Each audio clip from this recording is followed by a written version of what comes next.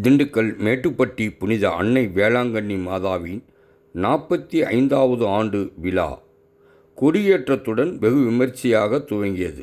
நூற்றுக்கணக்கான பக்தர்கள் பங்கேற்பு. 96 கிராமங்களின் தாயகமாக விளங்கும் திண்டுக்கல் மேட்டுப்பட்டியில் அமைந்துள்ள புனித அன்னை வேளாங்கண்ணி ஆரோக்கிய மாதாவின் 45வது ஆண்டு விழா பங்குத்தந்தை செல்வராஜ் தலைமையில் கொடியேற்றத்துடன் வெகு விமர்சையாக துவங்கியது.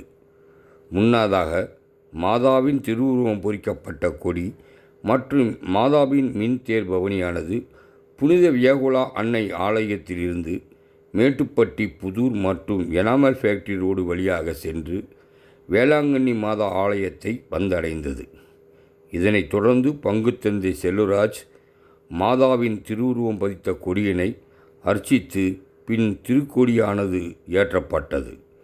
இதனைத் தொடர்ந்து சிறப்பு திருப்பலியை நிறைவேற்றப்பட்டு திருவிழாவானது வெகு விமர்சையாக துவங்கியது. விழாவின் முக்கிய நிகழ்வான வருகின்ற 7ஆம் தேதி மின் தேர் பவனியும் 8ஆம் தேதி மாபெரும் அன்னதானமும் நடைபெறவுள்ளது. கொடியேற்று விழாவில் நகரின் பல்வேறு பகுதியிலிருந்து ஏராளமான பக்தர்கள் கலந்து கொண்டு மாதாவின் அருள் பெற்று சென்றனர்.